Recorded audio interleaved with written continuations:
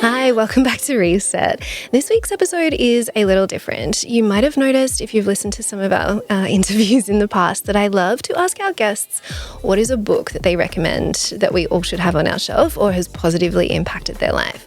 So our lovely editor Tom has collated all of the book recommendations for us and put it into one episode.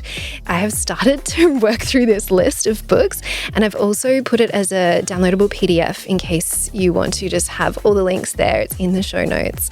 But thank you to all of our guests for sharing their recommendations. I hope you enjoy. Is there a book that has had a really beautiful positive impact on your life? Yes, there's so many, but one that I read a couple of years ago, maybe last year in my wonderful girls book club, was called Tuesdays with Morrie. It's by an author named Mitch Albom, and it's honestly one of the most impactful books I've ever read. It's about Mitch Albom's visits with his former professor, whose name was Morrie Schwartz, during the last few months of his life. So he was diagnosed with a terminal illness, and each Tuesday he goes over to visit Morrie, and they discuss life's biggest questions like love and work and family and how to forgive people over your years. And just Morrie's reflections on mortality and facing that really highlights the importance of compassion and connecting with other people.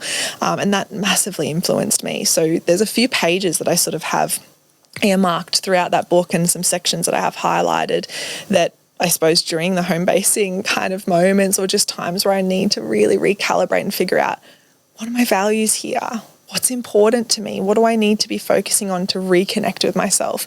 I kind of flip open those pages of that book and it really helps. So it's a life change. It's very short for people with short attention spans. Know that. It's not a long book at all, but you'll fly through it in a couple of hours if you feel about it the way that I did. So, yeah. You mentioned a couple of books earlier. Yeah. Is there a book that has made a positive impact on your life that you think everyone should have on their shelf? The Psychology of Money by Morgan Housel, I think you pronounce his last name. It talks to all of those things about not keeping up with your friends, caring about the things you really value in life, understanding why consumerism is the way we do. Yeah, that sort of mindset shift I think is really important. Probably the best first stepping stone, because the money stuff you can teach anybody quite quickly. It's the mindset behind it. Like, I can give you the best financial plan and I can say, look, you are going to be so wealthy. But if I tell you to buy an investment property or invest in shares and they're things that you think are boring, they're worthless, they're more pain than they are gain sort of thing, you're not going to stick to the plan. So you really want to understand your own behaviours and your own psychology of money.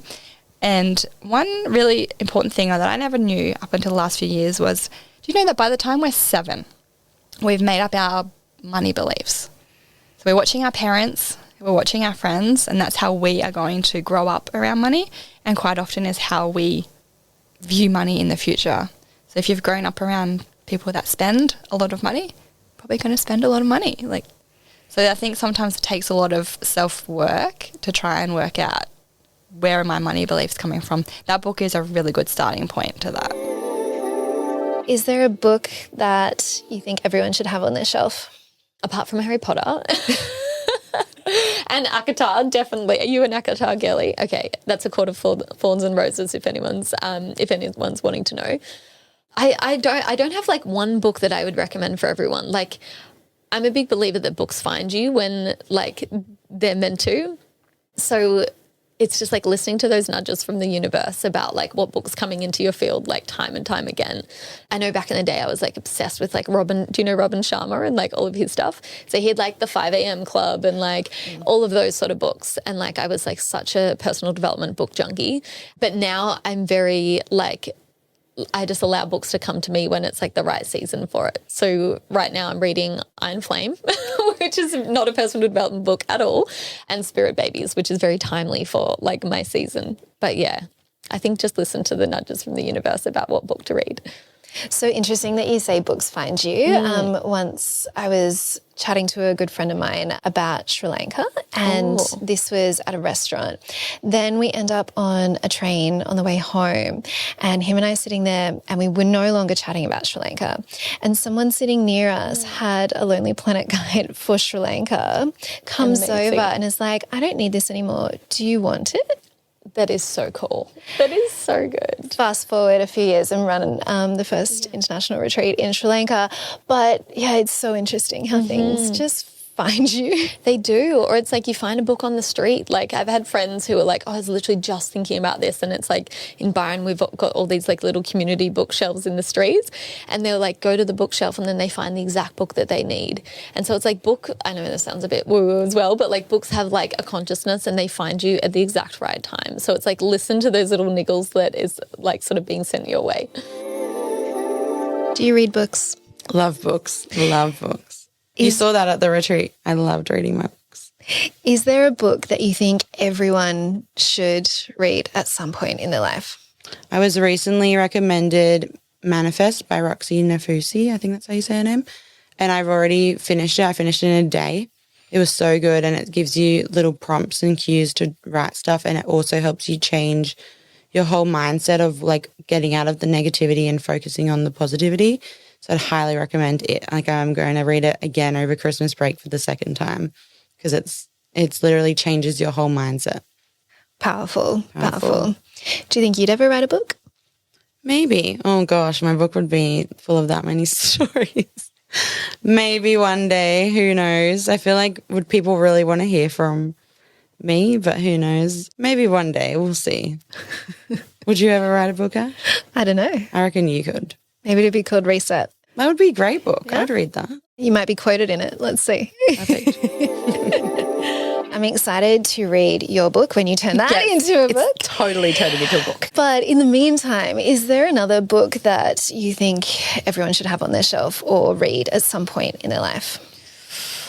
Oh, I mulled over this so long because there's quite a few. But I don't think I can answer this question without talking about this one experience and this one book. It's Anita Moorjani's book called Dying to Be Me. And I actually read it in the throes of trying to have a baby. And it was a 5-year journey for us to have my little girl, Lucia. And this book completely changed my outlook on it. So I had been told that I had 2 options, adoption or IVF.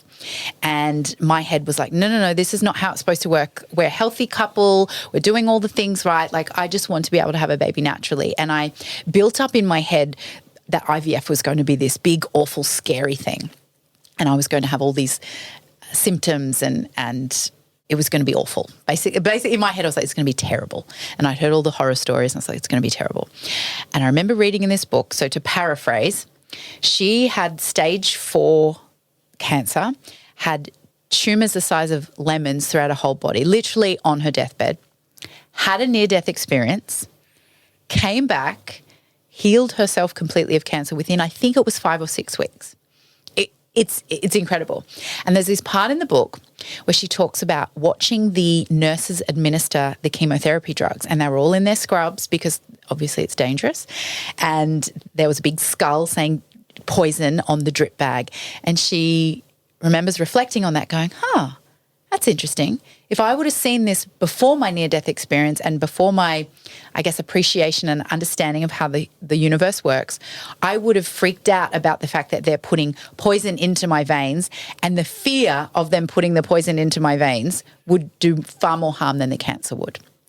And I read that part and I went, well, if she can change her mind about chemotherapy drugs, I sure as hell can change my mind about IVF. And so I made up my mind that the experience of IVF was going to be beautiful. I mean, every morning I would call them my baby making drugs, and I'd put my diffuser on and I'd be like, okay, babe, let's, I'd yell out to my husband, let's make a baby. And I'd sit there and I'd inject myself, and I didn't get any of the symptoms. I sailed through it. And I know that experience is not the same for everybody. And we were pregnant in the first round. But I really do believe in the power of the mind there. I mean, if somebody can have that experience with stage 4 cancer, literally about to die, then I think we underestimate the power of our brain. And so I made a decision that it was going to be a very different experience to the one that I thought it was going to be, and it was. So that book, I think, opens us up to the power of our mind, our bodies, the universe, how it all works. I think it's a really beautiful book. No, it's not a business book. I thought I was going to say something about a business book, but that book has definitely had the most impact on me. I often ask my guests about a book that has made a positive impact on their life, but today I want to ask you about your book and the positive impact that it's made on people's lives. It is one of the most beautiful books aesthetically, not only the content, but like it looks great. Can you hold it up, please? If you are listening to the audio, we'll link to this, but have a little look on camera. Gorgeous. Tell us, what can people expect to see in your book and what are some of the beautiful things that it's done for people's lives? So this book is really a great place to start when it comes to Ayurveda. It is broad and there is a lot to learn and to explore. So it's really a amazing introductory, if I don't say so myself. It's, I went through all of my textbooks as I spent years studying Ayurveda. At a diploma level, it was very dry. It was very kind of in the masculine. It was notes printed out here, there, and everywhere. So I wanted to create a resource that was really accessible. And we've sort of designed it in a way where you can almost just flick open to any page and learn about it. It's not a textbook. There's lots of imagery. There's lots of recipes for food, for elixirs, teas, but there's also lots of recipes for DIY beauty and personal care products. So things like dry shampoo, deodorant, toothpaste, oil pulling blends, all of these kinds of things, because at the core of Ayurveda, we're trying to limit our exposure to toxins. And a huge pathway for toxins is through synthetic, beauty products that we're putting on our skin. So by taking matters into our own hands and making products that are all made from edible ingredients, we're giving ourselves a much better chance at nourishing ourselves without any of that exposure. And Ayurveda teaches us that if you can't eat it, you shouldn't put it on your skin. So these recipes are literally, you could take a spoon and eat them. The dry shampoo is made of chickpea flour, cacao, activated charcoal, if you've got dark hair, cinnamon, things like this. Like they're actually edible ingredients. Sounds delicious. They really are delicious. They're super safe. And there's also lots at the end of the book. There's a plant-based first aid kit. So it's an apothecary. So utilizing more ingredients that you'll find in your kitchen for different skin ailments, nosebleeds, hangovers, dandruff, whatever it is that you're going through. It's sort of a one-stop shop resource. And, the kind of feedback I've had about this book, it's really overwhelming. I've had, hundreds of beautiful messages from people all over the world who have used it as a tool for reconnecting with themselves, for healing their imbalances, for healing their, issues with food as women. So this is sort of a tool for really helping people to nourish and nurture their physical, mental, and emotional well-being. I've had women stop me on the streets and tell me that it's healed their relationships with their daughters because they've started, making rose body butters together and started making lip balms and started doing these little projects together, and it's been a way for them to reconnect. So yeah, it's been a really, really incredibly well-received book and such an honour to have brought it into this world. Is there a book that you've read that has had a really positive impact on your life? There is so many books. I was going to say like a closet reader, like a junkie, but it's not a closet. Anyone that knows me is like, I will just read and read. So my Kindle is like my little companion. Book that I would say, I love anything by Brené Brown. But to be honest with you, Ash, I think for me, and particularly in this motherhood journey, I have steered away from more of the like nonfiction, and I am a big fiction girly. So get me into any little psychological thriller. Frida McFadden, I always say, I think that's how you pronounce it, is my absolute go-to.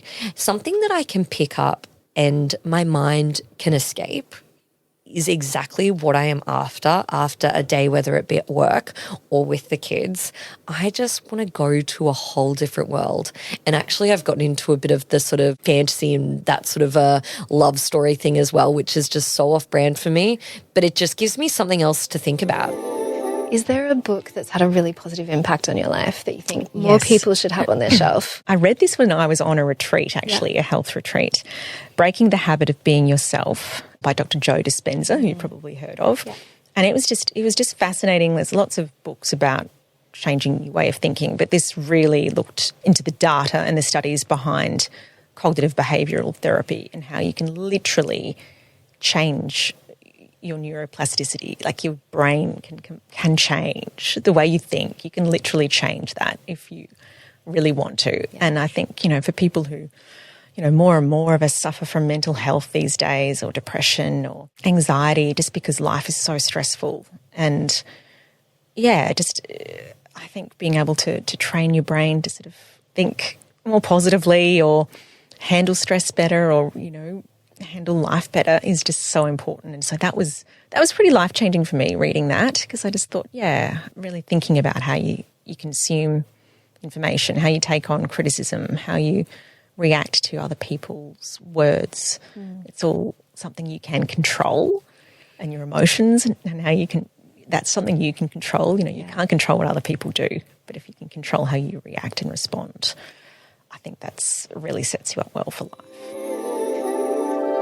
I have a confession to make. I am terrible when it comes to reading books.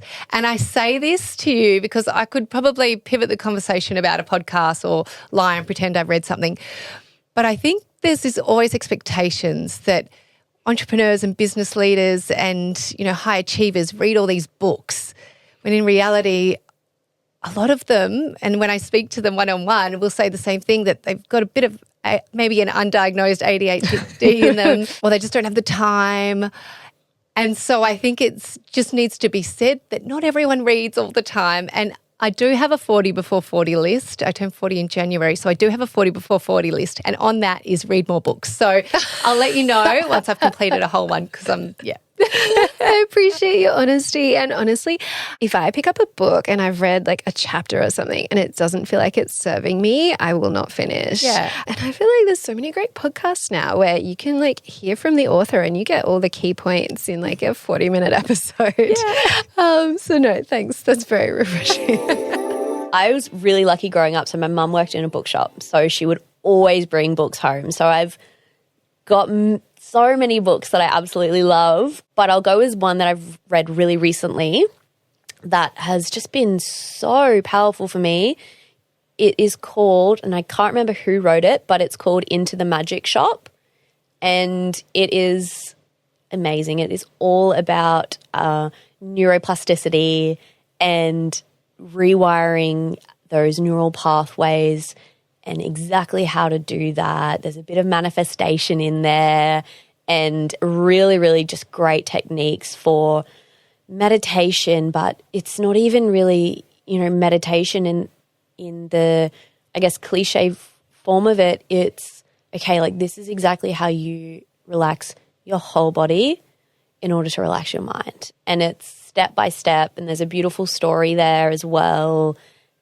It has really, really been a game changer for me just going into 2025. So that's a really good one. And then I'll also say Letting Go by David Hawkins, I think, is also a really good one. So if you're into kind of mindfulness and neuroplasticity, those two are really, really good. I'm going to be basic psychologist or basic therapist here and say The Body Keeps the Score by Bessel van der Kolk. I think it just explains so amazingly, and really it has informed how I practice as well, how we can't separate the mind from the body. Trauma will show up in our body, and we need to think about how we're going to work through that as the mind and the body being together, not trying to separate the two of them. And I just think that's a really beautiful concept and really informs how I practice as a psychologist. I love that. I haven't read it, but I've heard so many good things about it. There's a little bit of a heavy read at times, so not the most enjoyable at times, but I think there are some things where you go, oh, of course, okay, that's why that works. And it was so groundbreaking at the time when it came out because a psychiatrist recommending yoga, like what? That is just no one was doing that. It was all about Western medicines, but it comes a little bit more with how we're using other tools and other things for our bodies to be well. I really liked The Mountain Is You. I think that, again, just really puts you back in control. But I think in general, as just like a category, reading fiction books before bed was a game changer for my sleep because being someone who loves learning and loves personal development, I would always read like personal development books like The Mountain Is You before bed. And then I would get all of these like ideas and downloads or get really motivated and I'm meant to be like drifting off to sleep.